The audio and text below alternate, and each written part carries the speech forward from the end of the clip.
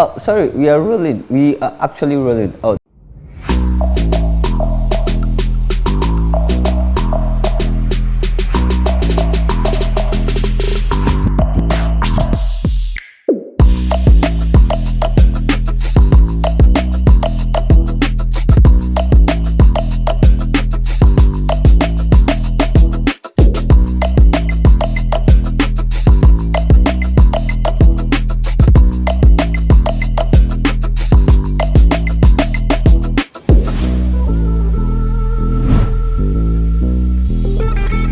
My role is primarily to make sure that the production runs very smoothly from end to end. My role as the series director of the show is basically to help oversee the execution of the visual, storytelling of what Fund It Forward, was supposed to be. We always ensure that every episode stays true to the themes that we've spoken about and have been agreed for that episode. I be content now we the content on the show.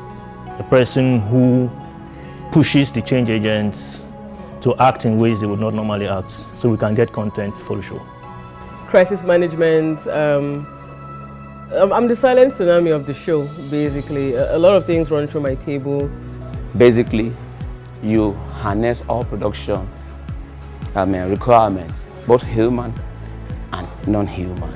I'm in charge of every single camera equipment on set and every other equipment that we used to shoot on set. I pre and back up the data that we shoot, and then I mix the visuals of what we shoot. And ensure smooth run on the production. I also double up as the welfare coordinator, ensuring everyone on set is eating well, drinking well. I was in charge of every change agent concern outside of production, and also kind of the middle man between production and the change agents, passing across information. I was also in charge of social media. So far, we've been able to bring awareness of this show across all digital platforms, and I have been in communication with brands to partner with us for awareness, and it's been very productive. I think the difference between Fund It Forward Season 1 and the B series is more the clarity of its purpose. I think amongst the team that works on it, it's sort of evolved to become something which is more than just a show for us to make. Okay, from conceptualization down to production and down to post-production has been pretty much hectic. During the show, the challenges are quite, would I say fortunately or unfortunately, they are quite enormous. Currently, I'm facing one. Oh, they're even calling. Right. Basically, schedules of talent. Have little time to sleep because of the bulkiness of the project and the weight of the project. So we worked tirelessly. We almost worked around the clock to ensure that the episode go out on time. Part where we have technical issues. Setbacks in the equipment where the ATEM failed like twice, but we were able to maneuver that and then still shoot and get good production out of it. Trying to make comfort the borderline of communication, right? Once the crew are comfortable, I think I can sleep well at night. The thing is, with shows like this, we just we face the challenges and we overcome it and we move on. As they say, the show must go on. I mean, it's been fun. I wouldn't lie. It's been fun. I do, absolutely. I absolutely enjoy writing. I mean, it's been fun. Even though I was mostly not on set for this season. We love to do. We're born to edit. It's like working and playing. That's the beautiful part of it. When I get to set up for every segment, especially in the morning, that moment it feels good. You understand? Because it feels like nothing starts until I do my thing. When my clients get to see their face and they love my job, that's the most enjoyable part. Yeah. Enjoy when I'm handling the welfare part. It's the food part though. We were kind of encouraged by the executive producer saying, okay, look, I know you guys had been talking about more human engagement and, the idea that we needed to explore beyond the business prerogatives of the show. And so we were very excited and said, okay, look, let's try out this whole CEO of the Week thing. So the CEO of the Week ended up being some sort of some sort of jinx. It turned out that everybody who had become CEO one way or the other were up for eviction and ended up leaving the very next week. I kind of liked the way it tormented almost every one of them. It was pretty interesting, I liked it. It's been very exciting seeing that element unfold and influence a lot of things. So much so that because of the show, there have been moments where people felt, okay, maybe the CEO of the Week thing is jinxed. But the idea was just to recognize the shining light of amongst the change agents every week.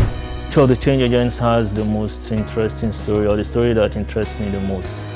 I would say Bukola of 1101 Technologies. We would say someone like Bukola. I was interested in Bukola's story. She's very quiet, she's withdrawn, but she kept opening up as the show progressed, and I wanted to see more of her. It's very rare to see women in that space, and then carbon capture is one area that we've not really explored. But unfortunately, she didn't make it to the last 4. She didn't make it as far as I would have loved her to. So I would definitely say favor of Kiki Farms. Yeah. He's unassuming. You don't get to see him when the noise is being made, but slow and steady, he keep moving from point A to point B like that, week in, week out. For Kiki Farms, it was a simple case of the way his trajectory into the show. He wasn't supposed to be a part of the top 12, and then from nowhere an underdog, and nobody really saw him coming. He's a finalist. Like it's such a wonderful story, or a wonderful act to watch. Chioma is a very interesting character. Now for Chioma is, from day one, I saw a very interesting contestant who maintained, and it's very, very difficult to do, maintain a top energy from the get-go. We'll say Amidu too. The second person was Amidu. I'll give it to Amidu. I think from interacting with all of them, I think he has that little thing that is pushing him, and he has that little edge over the rest. Because I understood what he was trying to do, not just for his brand, but for the people and for the community. Is Israel of Lockbook. It's a very fun guy, a lovely person. Comes once in a while to greet us. He had a lot of struggle, like at the beginning of the season. Kehinde Israel is somebody that has grown on the show. Like you can see, it was a growth of mindset. It was a growth of a lot of things, of confidence, of you can see the metamorphosis as every week passed by. The second person was Adewale, which I think shocked most people, because the way his journey on the show was, nobody saw that coming. And he got offended, which was one of the most crazy. I think they called it the Red Wedding episode. I think all the change agents have very interesting stories. Beyond that, we have very motivated change agents. Well, where you see a TV format like Fund It Forward in the nearest future is growing leaps and bounds. We know there are various TV formats all across the world. There are thousands of them. So we see a format like this growing beyond Nigeria. We've got interest in Uganda and I think the UAE to see how it can be used to also do some social engineering amongst their own youth. I'd just like to thank everybody who's been a part of this journey. I believe we've created something which is commendable, something which has a deeper meaning than what people just see on TV, and would like to encourage us to just keep at it. We hope to bring it back for season 3, and we hope to be able to touch more lives and create some great TV, for everybody.